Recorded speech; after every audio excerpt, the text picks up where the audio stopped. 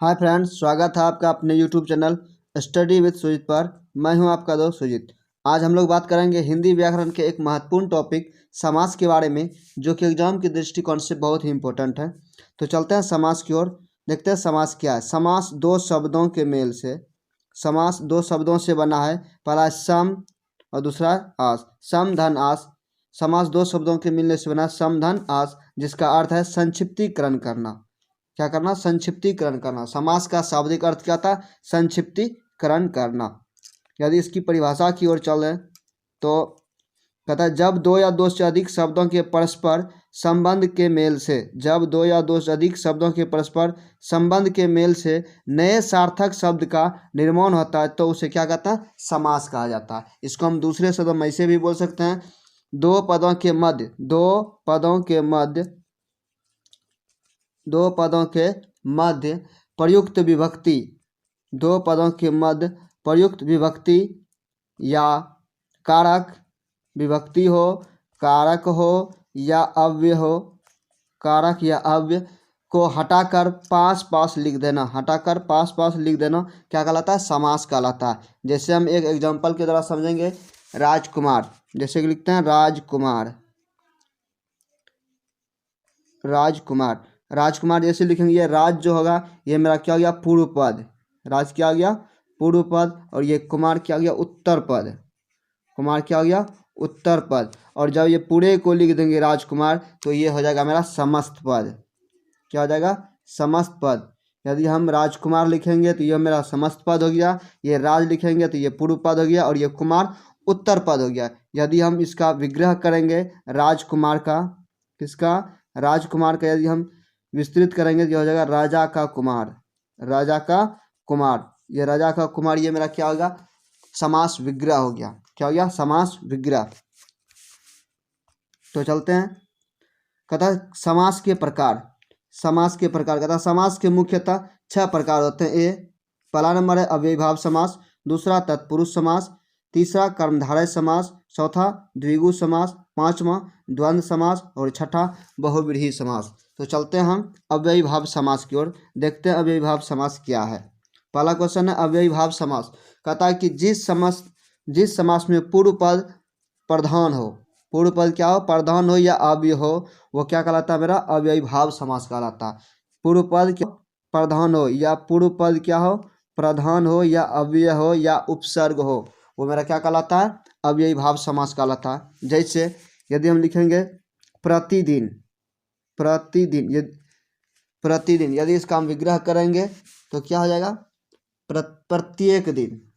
क्या हो जाएगा? प्रत्येक दिन। ये जो मेरा प्रति है ये मेरा क्या? उपसर्ग है। ये क्या है? उपसर्ग। और जिस समासिक शब्द का विग्रह करने पर उपसर्ग आ जाए, प्रत्यय उपसर्ग आ जाए या अव्यय आ जाए, वो मेरा अव्ययीभाव समास कहलाता है।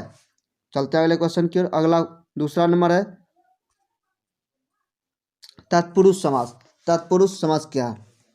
कहता है जिस समास में पूर्व पद अप्रधान हो, पूर्व पद क्या हो? अप्रधान हो, और उत्तर पद क्या हो? प्रधान हो, वो मेरा क्या कहलाता है? तत्पुरुष समास। इसको हम ऐसे भी समझ सकते हैं, जिस समासिक शब्द का विग्रह करने पर विभक्ति चिन्ह या कारक चिन्ह आ जाए, क्या आ जाए? विभक्ति चिन्ह या कारक चिन्ह आ जाए, वो मेरा क्या होता है? तत्पुरुष समास होता है। जैसे मतदाता, जैसे हम लिखेंगे मतदाता, क्या हो जाएगा? मत को देने वाला। इसका यदि मतदाता का हम, ये क्या मतदाता मेरा? मतदाता मेरा समस्त पद हो गया। क्या हो गया? समस्त पद। यदि हम इसका विग्रह करेंगे, यदि हम मतदाता का विग्रह करेंगे, मतदाता विग्रह करेंगे तो मत को देने वाला, मत को देने वाला। यदि किसी समासिक शब्द को विग्रह करने पर बीच में कारक चिन्ह आ जाए, क्या आ जाए? कारक चिन्ह आ जाए, तो उस कारक चिन्ह जिसमें भी आ जाए वो मेरा क्या कहलाता है? तत्पुरुष समास कहलाता है। जैसे मत को देने वाला, मतदाता, ये क्या हो जाएगा मेरा? तत्पुरुष समास। चलते हैं अगले समास की ओर। अगला कर्मधारय समास। अगला क्या? कर्मधारय समास।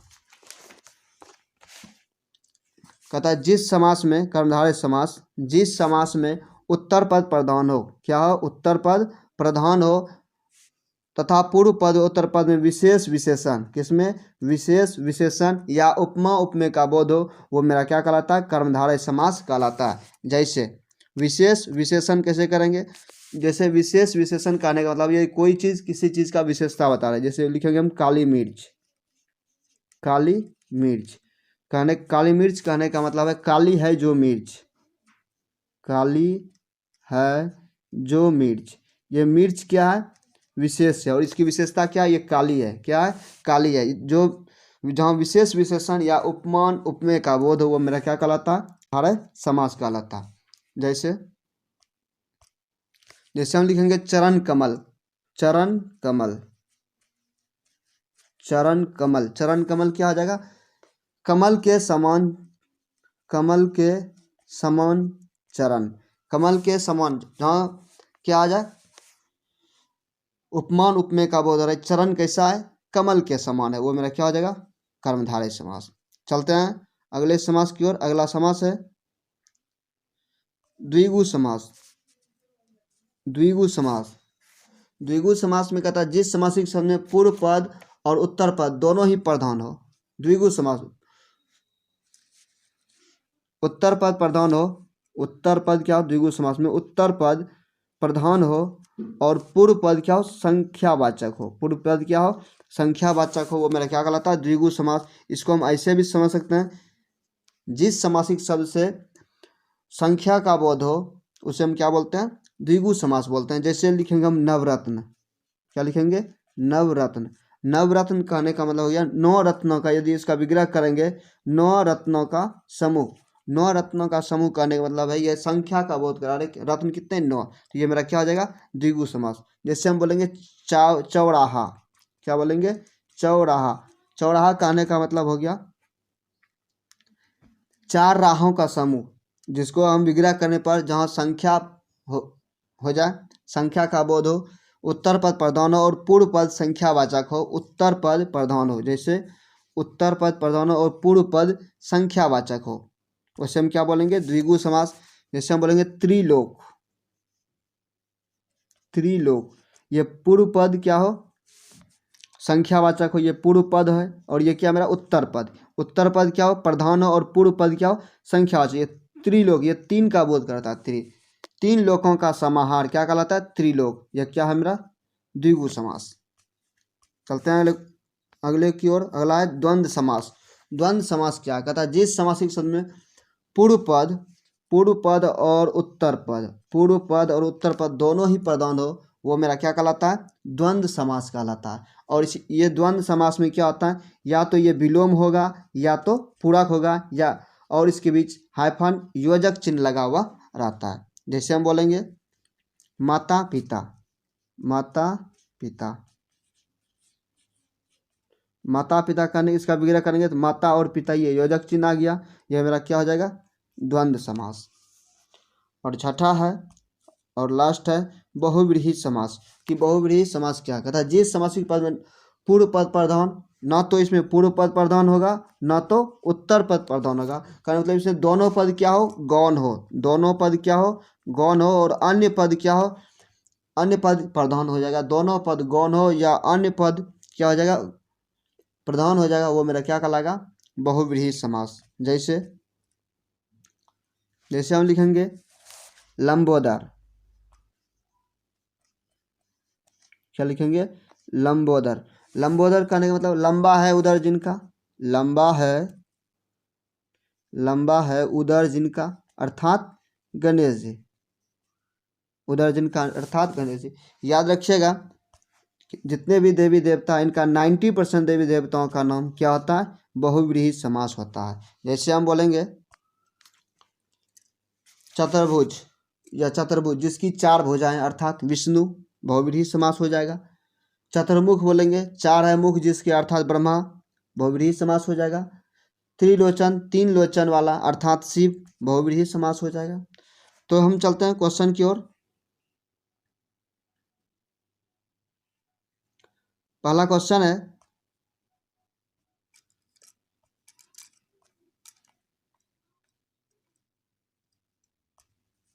आजकल, क्वेश्चन नंबर 1, आजकल कौन सा समास है? आजकल कौन सा समास है? ए तत्पुरुष समास, बी अव्ययीभाव समास, सी द्वंद्व समास, डी द्विगु समास। तो इसका सही आंसर आ जाएगा आजकल कौन सी समास है? तो इसका सही आंसर हो जाएगा आजकल द्वंद्व समास है। ये क्या है? द्वंद्व समास। ऑप्शन नंबर सी इसका सही हो जाएगा। चलते हैं अगले क्वेश्चन की ओर। अगला क्वेश्चन है क्वेश्चन नंबर 2, नवरत्न समास है। नवरत्न कौन सी समास है? ए द्विगु समास, बी कर्मधारय समास, सी बहुव्रीहि समास, डी द्वंद्व समास। नवरत्न मतलब नौ रत्नों का समूह, नौ रत्नों का समूह जिससे संख्या का पद हो जाए, जिसका पूर्व पद संख्यावाची हो और उत्तर पद क्या हो? प्रधान हो, वो मेरा क्या कहलाता है? द्विगु समास। तो इसका सही आंसर हो जाएगा ऑप्शन नंबर ए, द्विगु समास। अगला क्वेश्चन है क्वेश्चन नंबर 3, हाथ पैर कौन सा समास है? ए द्वंद्व समास, बी द्विगु समास, सी तत्पुरुष समास, डी इनमें से कोई नहीं।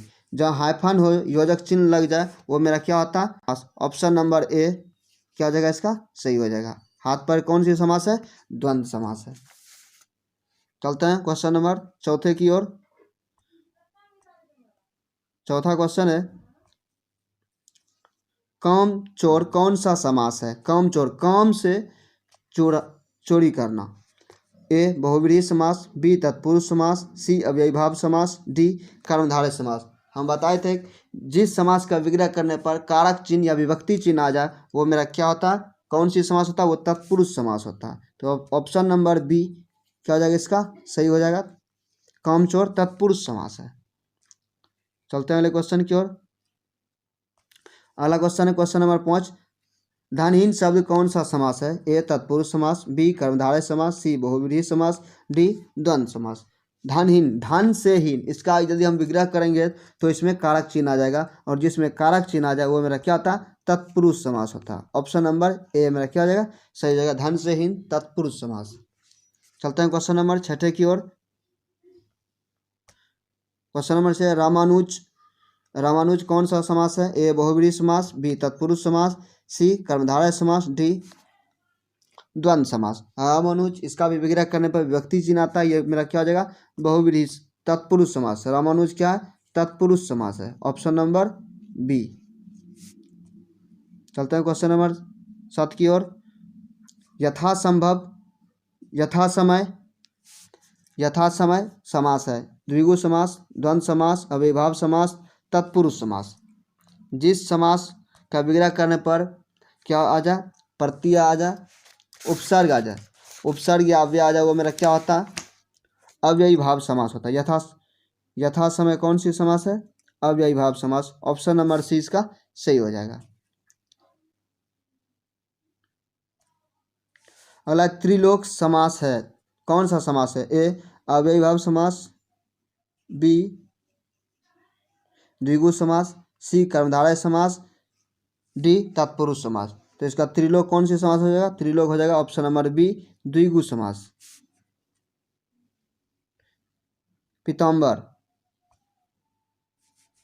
पीताम्बर क्वेश्चन नंबर 9, पीताम्बर कौन सा समास है? पीताम्बर कौन सा समास है?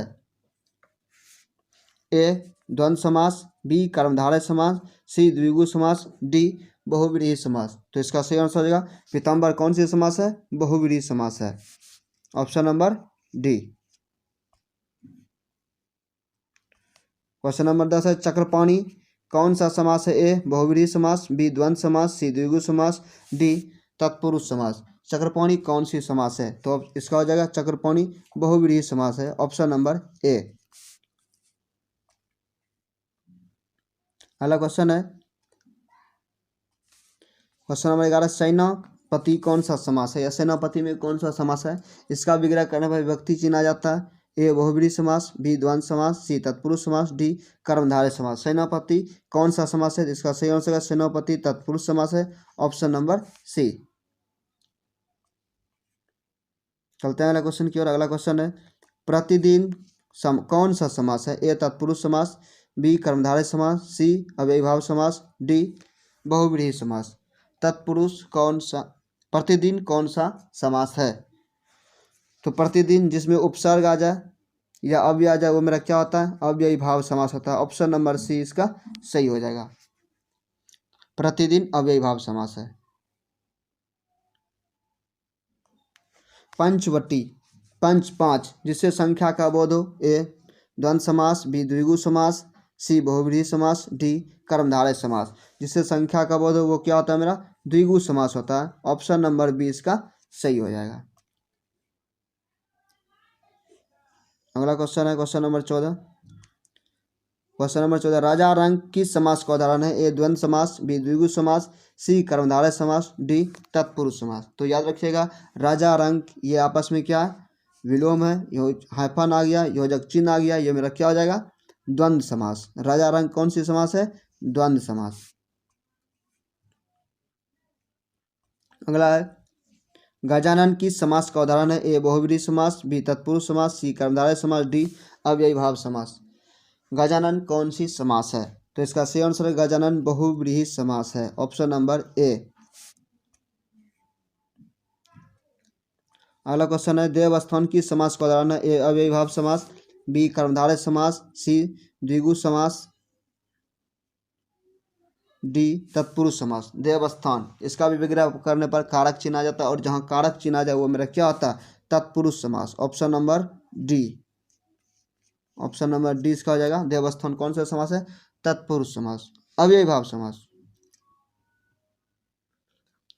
ऑप्शन नंबर डी देवस्थान, देव का स्थान। ऑप्शन नंबर क्या हो जाएगा, डी तत्पुरुष समास। अगला क्वेश्चन है सागपात। सागपात कौन सा समास है। ए द्विगु समास, बी द्वंद्व समास, सी कर्मधारय समास, डी तत्पुरुष समास। सागपात जहाँ हाइफन ला जाए वो मेरा क्या होता है, द्विगु समास। ऑप्शन नंबर बी इसका सही हो जाएगा।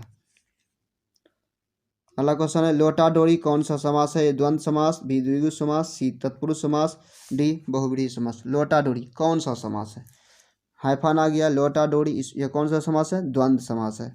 Option number A. Question number 19 है षटकोण। षटकोण कौन सा समास है। ए द्विगु समास, द्वंद्व समास, बी सी कर्मधारय समास, डी तत्पुरुष समास। षटकोण, षट में से तो अच्छा है, संख्या का बोध हो जाए वो मेरा कौन सा समास हो जाए, द्विगु समास। Option number A. जहाँ संख्या का बोध हो जाए वो मेरा क्या होगा, द्विगु समास। चलते हैं क्वेश्चन नंबर 20 की ओर। अगला क्वेश्चन यज्ञशाला कौन सा समास है। ए अव्ययी भाव समास, बी कर्मधारय समास, सी तत्पुरुष समास, डी द्विगु समास। यज्ञशाला कौन सा समास होगा। यज्ञशाला, यज्ञ का शाला, ये क्या हो जाएगा, तत्पुरुष समास। Option number C. गृह प्रवेश, गृह में प्रवेश कौन सा समास है। कर्मधारय समास, अव्ययी भाव समास, द्वंद्व समास, तत्पुरुष समास। गृह प्रवेश जिसमें कारक चिन्ह आ जाए या विभक्ति चिन्ह आ जाए वो मेरा क्या होता है, तत्पुरुष समास होता है। ऑप्शन नंबर डी इसका सही हो जाएगा। अगला है पर्णकुटी कौन सा समास है। पर्णकुटी पत्तों से बनी कुटी, तत्पुरुष समास, द्वंद्व समास, कर्मधारय समास, बहुव्रीहि समास। पर्णकुटी जिसमें विभक्ति चिन्ह आ जाए वो मेरा क्या होता है, तत्पुरुष समास। ऑप्शन नंबर ए इसका सही हो जाएगा। पर्णकुटी तत्पुरुष समास है। अगला क्वेश्चन है भरपेट कौन सा समास है। ए कर्मधारय समास, बी अव्ययी भाव, सी द्वंद्व, डी तत्पुरुष समास। भरपेट ये भर मेरा क्या उपसर्ग है, जहाँ उपसर्ग आ जाए या अव्यय आ जाए वो मेरा कौन सा चिन्ह होता है, अव्ययी भाव समास। Option number B. भरपेट कौन सा समास है, अव्ययी भाव समास।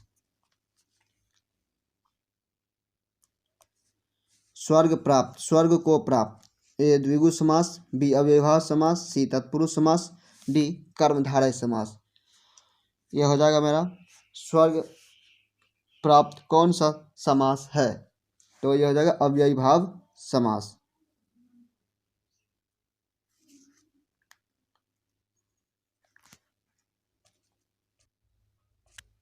तो हो गया स्वर्ग, स्वर्ग प्राप्त कौन सा समास है, तत्पुरुष समास। स्वर्ग को प्राप्त, स्वर्ग को प्राप्त जिसका विग्रह करने पर कारक चिन्ह आ जाए वो मेरा क्या होता है, तत्पुरुष समास। क्या होता है, तत्पुरुष समास। ये मेरा क्या हो जाएगा, ऑप्शन नंबर सी। स्वर्ग प्राप्त कौन सी समास है, तत्पुरुष समास। चलते हैं अगले क्वेश्चन की ओर। अगला क्वेश्चन है कन्यादान। कन्यादान कौन सा समास है। ए बहुव्रीहि समास, बी तत्पुरुष समास, सी द्विगु समास, डी कर्मधारय समास। कन्यादान, कन्या को दान या कन्या का दान, फिर भक्ति चिन्ह आ गया, ये मेरा क्या हो जाएगा, तत्पुरुष समास, ऑप्शन नंबर बी।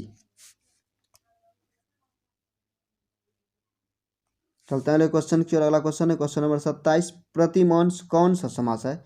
ए कर्मधारय समास, बी अव्ययीभाव समास, सी तत्पुरुष समास, डी बहुव्रीहि समास। प्रतिमान कौन सी समास है? प्रतिमान, इसका विग्रह करने पर प्रति उपसर्ग आ जाता है, ये मेरा क्या हो जाएगा, अव्ययीभाव समास। ऑप्शन नंबर बी, प्रतिमान कौन सी समास है? अव्ययीभाव समास। चलते हैं अगले क्वेश्चन की ओर। अगला क्वेश्चन है गजानन कौन सा समास है? ए तत्पुरुष समास, बी बहुव्रीहि समास, सी कर्मधारय समास, डी द्विगु समास। गजानन कौन सी समास है?